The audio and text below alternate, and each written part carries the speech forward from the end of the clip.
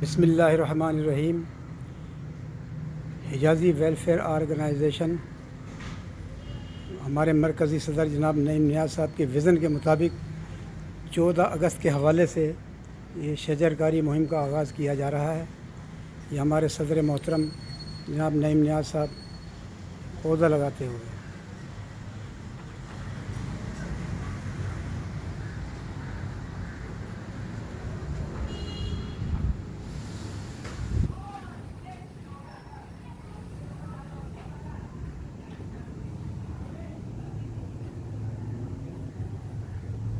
ये फिलहाल गमले समेत लगा देता हूँ, उसके बाद फिर ये उसके बाद इसे दे देना।